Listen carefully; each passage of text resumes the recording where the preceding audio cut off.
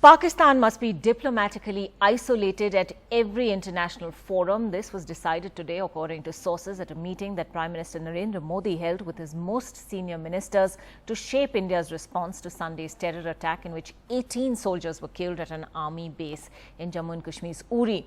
Now, India will present all actionable evidence, if required, at these fora. It was decided at the meeting. Evidence of Pakistani hand, GPS tracker movements, Pashto literature will also be given to Pakistan at the DGMO level. Pakistan Army marked arms and a code sheet will also be shown. Well, top sources have said the government is clear that there must be a calibrated, multi-layered strategic response from India to this attack. India, sources have said, could raise the Uri attack at the United Nations General Assembly as well, which is in session currently in New York. Union Home Minister Rajnath Singh, Defence Minister Manohar Parrikar, Finance Minister Arun Jaitley, as well as the Army Chief attending that meeting. काम करने के दो तरीके होते हैं। आप अब भावनात्मक बात कर रहे हैं, हम सब भावना में बह जाते हैं।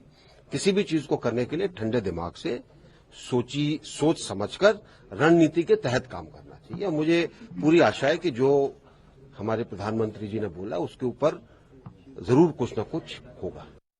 I have always personally believed that there is no repayment for the loss of the precious life of an Indian Jawan.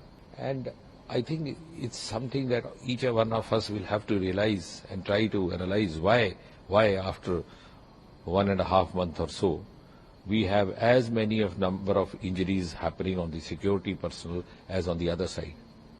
If indeed this is correct, that the Jaish-e-Mohammed had masterminded the Uri attack, and since the government says so and we have no reason to disbelieve them, then it begs another question. That could Kandahar have been handled differently? Because the man that the NDA BJP government chaperoned to Kandahar, Masood Azhar, he created the Jaish-e-Mohammed after his release. The unfortunate reality is that this government neither has any strategic sense nor any tactical understanding. Over the last several years, India has been trying to find the most appropriate response to provocations such as the Uri attack yesterday. Diplomatically, India has tried its level best. It has raised it virtually at almost every platform. Especially for this government, this is a very challenging situation. It had come to power riding a wave in which it was talking tough on terror.